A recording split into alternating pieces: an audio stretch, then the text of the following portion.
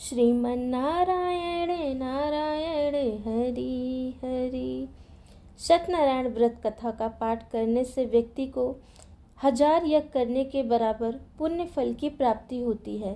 सत्यनारायण व्रत कथा में भगवान विष्णु के सत्य स्वरूपों के बारे में बताया गया है। इस व्रत का पाठ करने से घर में सुख समृद्धि का वास होता है और विष्णु भगवान की कृपा बनी रहती है। नमस्कार, भक्ति भजन चैनल में आपका स्वागत है। सत्यनारायण व्रत कथा पहला अध्याय। एक समय की बात है, नैमिषारण्य तीर्थ में शौनकादिक 88,000 ऋषियों ने श्री सूत जी से पूछा, प्रभु, इस कलयुग में वेद विद्या रहित मनुष्य को प्रभु भक्ति किस प्रकार मिल सकती है तथा उनका उद्धार कैसे होगा? ये मुनि श्रेष्ठ कोई ऐसा तप बताएं जिससे थोड़े समय में ही पुण्य मिले और मनवांछित फल भी मिल जाए। इस प्रकार की कथा सुनने की हम इच्छा रखते हैं। सर्वशास्त्रों के ज्ञाता सूत जी बोले, हे वैष्णव, मैं पूज्य, आप सभी ने प्राणियों के हित की बात पूछी है, इसीलिए मैं एक ऐसे श्रेष्ठ व्रत को आप लोगों को बताऊंगा जिसे नारद जी ने लक्ष्मी नारायण जी से पूछा था और लक्ष्मीपति ने मुनि श्रेष्ठ नारद जी से कहा था। आप सब इसे ध्यान से सुनिए। एक समय की बात है, योगी राज नारद जी दूसरों के हित की इच्छा के लिए अनेकों लोक में घूमते हुए मृत्यु लोक में आ पहुँचे। यहाँ उन्होंने अनेक योनियों में जन्मे सभी मनुष्य को अपने कर्मों द्वारा अनेकों दुखों से पीड़ित देखा। उनका दुख देख नारद जी सोचने लगे कि कैसा यत्न किया जाए कि जिसके करने से निश्चित रूप से मानव के दुखों का अंत हो जाए। इसी विचार पर मनन करते हुए वह विष्णु लोक गए। वहाँ देवों के ईश नारायण की स्तुति करने लगे, जिनके हाथों में शंख, चक्र, गदा और पद्म थे, गले में वरमाला पहने हुए थे। स्तुति करते हुए नारद जी बोले, हे भगवान, आप अत्यंत शक्ति से संपन्न हैं। मन तथा वाणी में आपको नहीं पा सकते।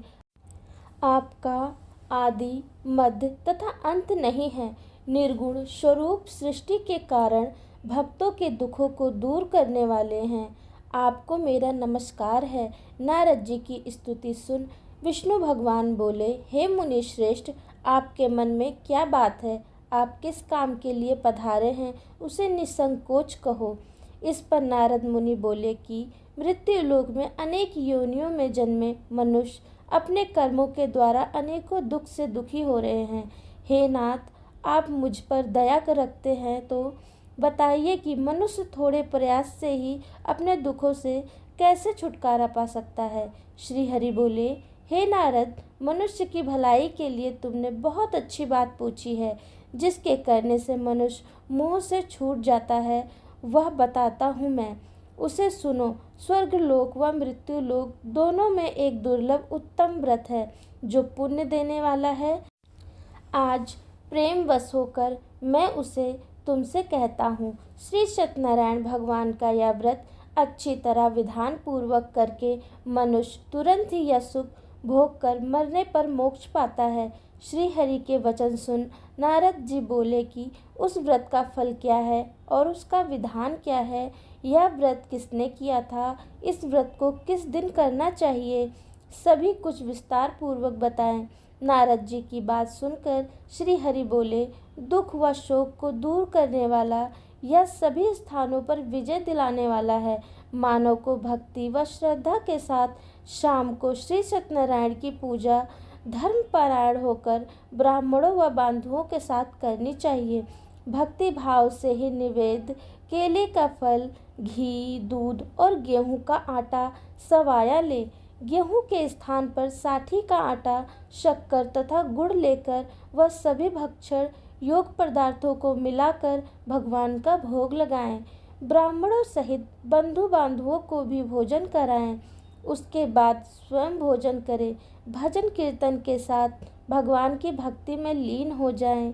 इस तरह से सत्यनारायण भगवान का यह व्रत करने पर मनुष्य की सारी इच्छाएं निश्चित रूप से पूरी होती हैं।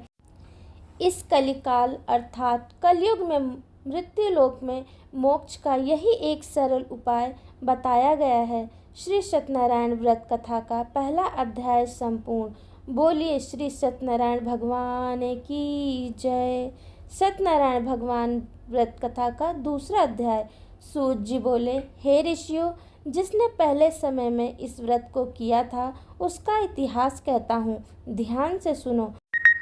सुंदरपुरी नगरी में एक अत्यंत निर्धन ब्राह्मण रहता था। भूखा प्यास से परेशान वह धरती पर घूमता रहता था। ब्राह्मणों से प्रेम करने वाले भगवान ने एक दिन ब्राह्मण का वेश धारण कर उसके पास जाकर पूछा, हे विप्र, नित्य दुखी होकर तुम पृथ्वी पर क्यों घूमते हो? दीन ब्राह्मण बोला, मैं निर्धन ब्राह्मण हूँ, भिक्षा के लिए धरती पर घूमता हूँ। हे भगवान, यदि आप इसका कोई उपाय जानते हो तो बताएं। वृद्ध ब्राह्मण कहता है कि सत्यनारायण भगवान मनोवांछित फल देने वाले हैं, इसीलिए तुम उनका पूजन करो। इसे करने से मनुष्य सभी दुखों से मुक्त होता है। वृद्ध ब्राह्मण बनकर आए सत्यनारायण भगवान उस निर्धन ब्राह्मण को व्रत का सारा विधान बताकर अंतर ध्यान हो गए। ब्राह्मण मन ही मन सोचने लगा कि जिस व्रत को वृद्ध ब्राह्मण करने को कह गए हैं, मैं उसे जरूर करूँगा। यह निश्चय करने के बाद उसे रात में नींद नहीं आई। वह सवेरे उठकर सत्यनारायण भगवान के व्रत का निश्चय कर भिक्षा के लिए निकल पड़ा। उस दिन निर्धन ब्राह्मण को भिक्षा में बहुत धन मिला, जिससे उसने बंधु बांधवों के साथ मिलकर श्री सत्यनारायण भगवान का व्रत संपन्न किया।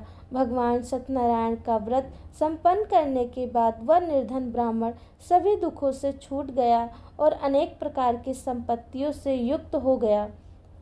उसी समय से यह ब्राह्मण हर माह इस व्रत को करने लगा। इस तरह से सत्यनारायण भगवान के व्रत को जो मनुष्य करेगा वह सभी प्रकार के पापों से छूटकर मोक्ष को प्राप्त होगा। जो मनुष्य इस व्रत को करेगा वह सभी दुखों से मुक्त हो जाएगा। सूत जी बोले कि इस तरह से नारद जी से नारायण जी का कहा हुआ श्री सत्यनारायण व्रत को मैंने तुमसे कहा है। हे विप्रो, मैं अब और क्या कहूँ? ऋषि बोले, हे मुनिवर, संसार में उस विप्र से सुनकर और किस किस ने इस व्रत को किया, हम सब इस बात को सुनना चाहते हैं। इसके लिए हमारे मन में श्रद्धा का भाव है। सूत जी बोले, हे मुनियों, जिसने इस व्रत को किया है वे सब सुनो। एक समय वही विप्र धन व ऐश्वर्य के अनुसार अपने बंधु बांधवों के साथ इस व्रत को करने को तैयार हुआ। उसी समय एक लकड़ी बेचने वाला बूढ़ा आदमी आया और लकड़ियां बाहर रखकर अंदर ब्राह्मण के घर में गया। प्यास से दुखी वह लकड़हारा उनको व्रत करते देखा। विप्र को नमस्कार कर पूछने लगा कि आप यह क्या कर रहे हैं?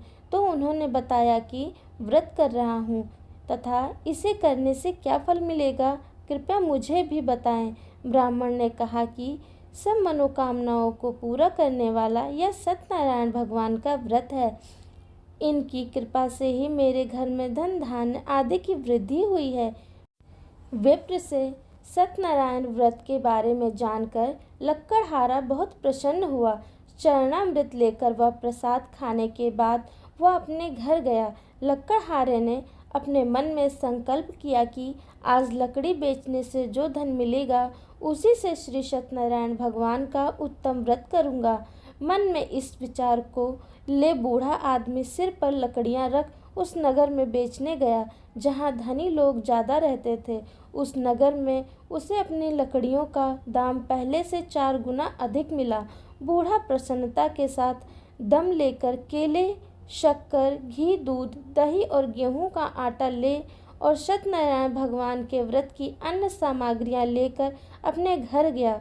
वहां उसने अपने बंधु बांधवों को बुलाकर विधि विधान से सत्यनारायण भगवान का पूजन और व्रत किया। इस व्रत के प्रभाव से वह बूढ़ा लक्कड़हारा धन, पुत्र आदि से युक्त होकर संसार के समस्त सुख भोग अंतकाल में बैकुंठ धाम चला गया। श्री सत्यनारायण व्रत कथा का दूसरा अध्याय संपूर्ण। बोलिए श्री सत्यनारायण भगवान की जय।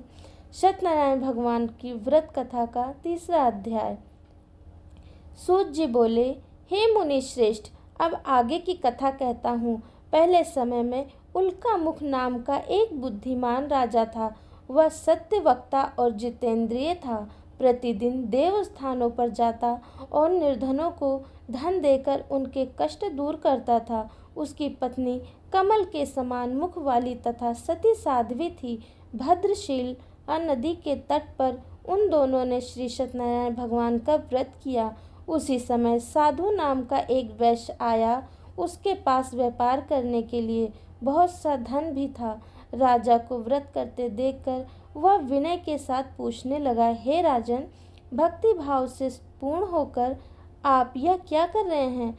मैं सुनने की इच्छा रखता हूँ, तो आप मुझे बताएं। राजा बोला, हे साधु, अपने बंधु बांधवों के साथ पुत्र आदि की प्राप्ति के लिए एक महाशक्तिमान श्री सत्यनारायण भगवान का व्रत व पूजन कर रहा हूँ। राजा के वचन सुन साधु आदर से बोला, हे राजन, मुझे इस व्रत का सारा विधान कहिए।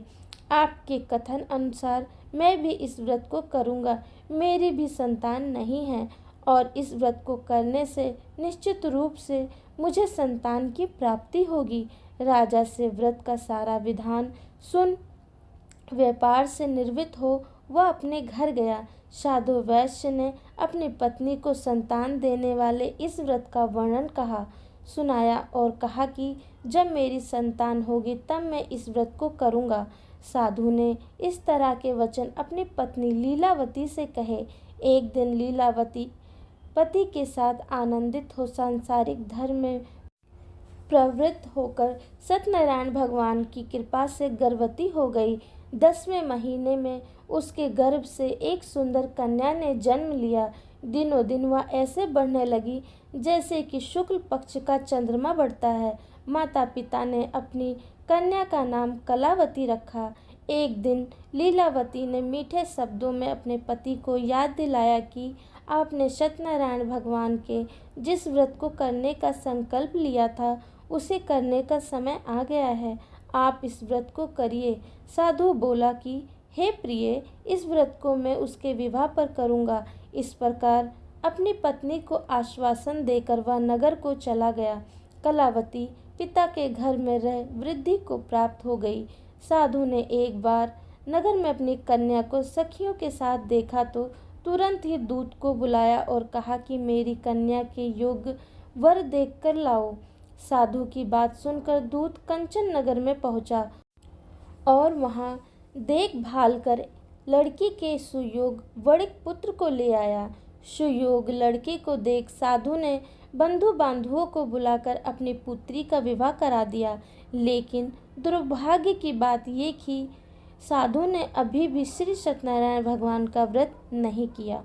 इस पर श्री भगवान क्रोधित हो गए और श्राप दिया कि साधु को अत्यधिक दुख मिले। अपने कार्य में कुशल साधु बनिया जमाई को लेकर समुद्र के पास स्थित होकर रत्नासारपुर नगर में गया। वहां जाकर दामाद ससुर दोनों मिलकर चंद्रकेतु राजा के नगर में व्यापार करने लगे। एक दिन भगवान सत्यनारायण की माया से एक चोर राजा का धन चुराकर भाग रहा था। उसने राजा के सिपाहियों को अपना पीछा करते देख चुराया हुआ धन वहां रख दिया जहां साधु अपने जमाई के साथ ठहरा हुआ था। राजा के सिपाहियों ने साधु वैश्य के पास राजा का धन पड़ा देखा तो वह ससुर जमाई दोनों को बांधकर प्रसन्नता से राजा के पास ले गए और कहा कि उन दोनों चोर को हम पकड़ लाए हैं, आप आगे की कार्यवाही की आज्ञा दें। राजा की आज्ञा से उन दोनों को कठिन कारावास में डाल दिया गया और उनका सारा धन भी उनसे छीन लिया गया। श्री सत्यनारायण भगवान से श्राप से साधु की पत्नी भी बहुत दुखी हुई। घर में जो धन रखा था उसे चोर चुरा ले गए। शारीरिक तथा मानसिक पीड़ा व भूख प्यास से अति दुखी हो अन्न की चिंता में कलावती एक ब्राह्मण के घर गई। वहां उसने श्री सत्यनारायण भगवान का व्रत होते देखा। फिर कथा भी सुनी। वह प्रसाद ग्रहण कर वह रात को घर वापस आई। माता ने कलावती से पूछा कि हे पुत्री, अब तक तुम कहाँ थी? तेरे मन में क्या है? कलावती ने अपनी माता से कहा, हे माता, मैंने एक ब्राह्मण के घर में श्री सत्यनारायण भगवान का व्रत देखा है। कन्या के वचन सुन लीलावती भगवान के पूजन की तैयारी करने लगी। लीलावती ने परिवार व बंधु बांधवों सहित सत्यनारायण भगवान का पूजन किया और उनसे वर मांगा कि मेरे पति तथा जमाई शीघ्र घर आ जाएं। साथ ही यह भी प्रार्थना की, हम सबका अपराध क्षमा करें। श्री सत्यनारायण भगवान इस व्रत से संतुष्ट हो गए और राजा चंद्रकेतु को सपने में दर्शन दे कहा कि हे राजन, तुम उन दोनों वेश्याओं को छोड़ दो और तुमने उनका जो धन लिया है उसे वापस कर दो। अगर ऐसा नहीं किया तो मैं तुम्हारा धन, राज्य व संतान सभी को नष्ट कर दूंगा। राजा को यह सब कहकर वह अंतर ध्यान हो गए। प्रातःकाल सभा में राजा ने अपना सपना सुनाया। फिर बोले कि वणिक, पुत्रों को कैद से मुक्त कर सभा में लाओ। दोनों ने आते ही राजा को प्रणाम किया। राजा मीठी वाणी में बोला, हे महानुभाव, भाग्यवश ऐसा कठिन दुख तुम्हें प्राप्त हुआ, लेकिन अब तुम्हें कोई भय नहीं है। ऐसा कह राजा ने उन दोनों को नए वस्त्र भूषण भी पहनाए और जितना धन उनका लिया था उससे दुगना धन वापस कर दिया। दोनों वेश्या अपने घर को चल दिए। श्री सत्यनारायण व्रत का तीसरा अध्याय संपूर्ण हुआ। बोलिए श्री सत्यनारायण भगवान की जय। सत्यनारायण भगवान की व्रत कथा का चौथा अध्याय। सूत जी बोले, वैश्य ने मंगलचार कर अपनी यात्रा आरंभ की और अपने नगर की ओर चल दिए। उनके थोड़ी दूर जाने पर एक दांडी वेशधारी श्री सत्यनारायण ने उनसे पूछा, हे साधु, तेरी नाव में क्या है? अभिवाड़ी संत हंसता हुआ बोला, हे दांडी, आप क्यों पूछते हो? क्या धन लेने की इच्छा है? मेरी नाव में तो बेल व पत्ते भरे हुए हैं।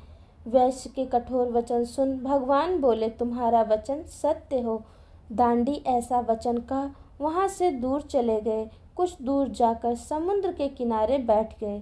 दांडी के जाने के बाद साधु वैश्य ने नित्य क्रिया के पश्चात नाव को ऊंची उठते देखकर अचंभा माना और नाव में बेल पत्ते आदि देख वह मूर्छित हो जमीन पर गिर पड़े।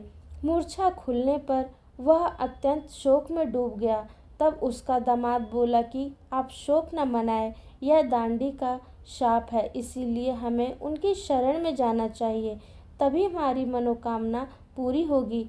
दामाद की बात सुनकर वह दांडी के पास पहुंचा और अत्यंत भक्ति भाव से नमस्कार करके बोला, मैंने आपसे जो असत्य वचन कहे थे उनके लिए मुझे क्षमा करें। ऐसा कहकर महान शोकातुर हो रोने लगा। तब दांडी भगवान बोले, हे वणिक पुत्र, मेरी आज्ञा से बार बार तुम्हें दुख प्राप्त हुआ है, तुम मेरी पूजा से विमुख हुआ। साधु बोला, हे भगवान, आपकी माया से ब्रह्मा आदि देवता भी आपके रूप को नहीं जानते, तब मैं अज्ञानी कैसे जान सकता हूँ। आप प्रसन्न होइए, अब मैं समर्थ के अनुसार आपकी पूजा करूँगा। मेरी रक्षा करो और पहले के समान नौका में धन भर दो। साधु वैश्य के भक्तिपूर्वक वचन सुनकर भगवान प्रसन्न हो गए और उसकी इच्छा अनुसार वरदान देकर अंतर ध्यान हो गए। ससुर जमाई जब नाव पर आए तो नाव धन से भरी हुई थी।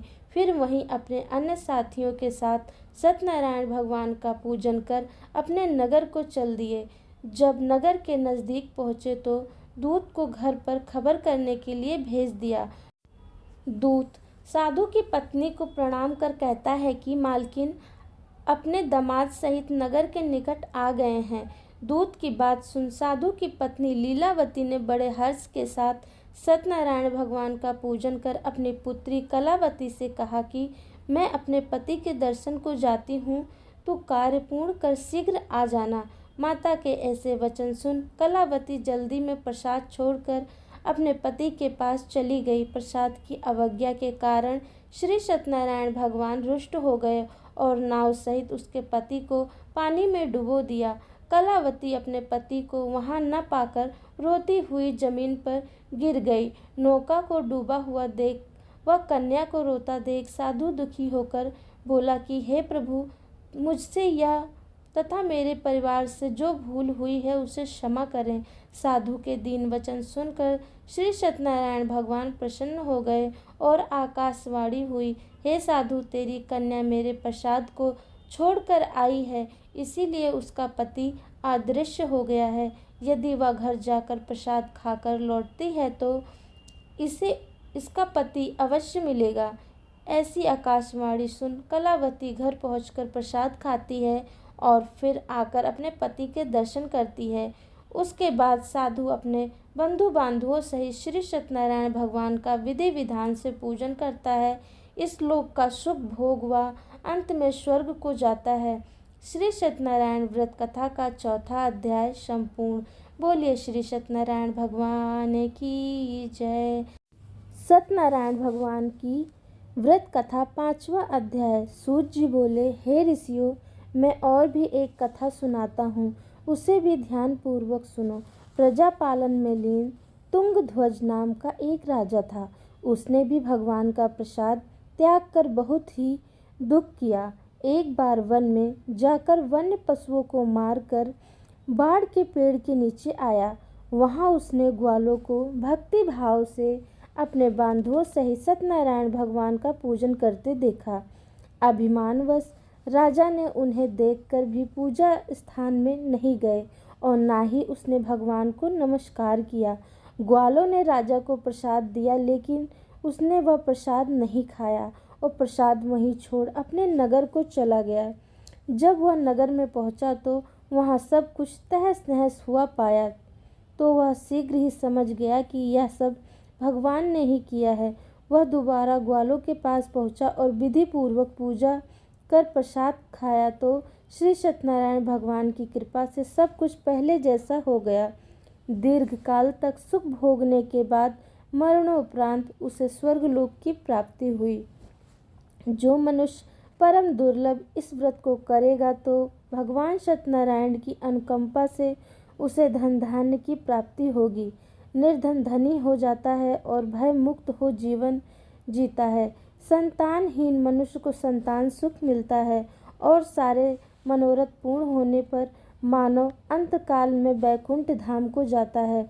सूत जी बोले, जिन्होंने पहले इस व्रत को किया है, अब उनके दूसरे जन्म की कथा कहता हूँ।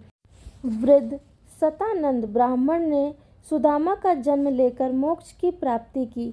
लक्कड़हारे ने अगले जन्म में निषाद बनकर मोक्ष प्राप्त किया। उल्का मुख नाम का राजा दशरथ होकर बैकुंठ को गए। साधु नाम के वैश्य ने मोर ध्वज बनकर अपने पुत्र को आरे से चीरकर मोक्ष पाया। महाराजा तुंगध्वज ने स्वयंभू होकर भगवान में भक्ति युक्त हो कर्म का कर मोक्ष पाया। श्री सत्यनारायण व्रत कथा का पांचवा अध्याय संपूर्ण। बोलिए श्री सत्यनारायण भगवान की जय। श्री सत्यनारायण भगवान की आरती।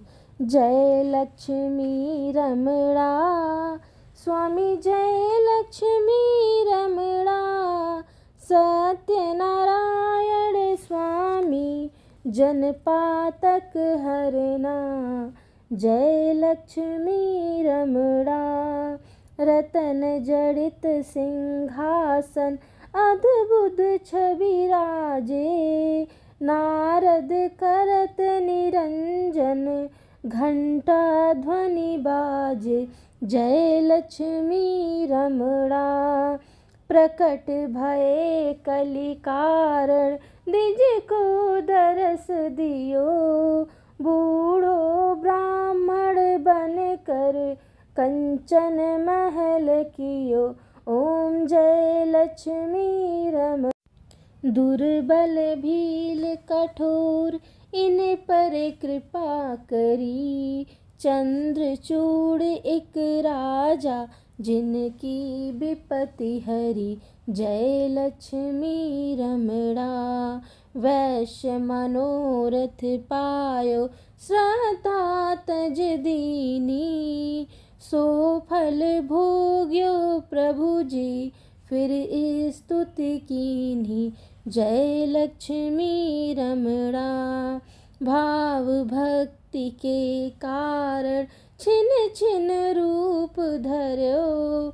श्रद्धा धारण कीन्ही तिनको काज सर्यो। जय लक्ष्मी रमणा। ग्वाल बाल संग राजा वन में भक्ति करी।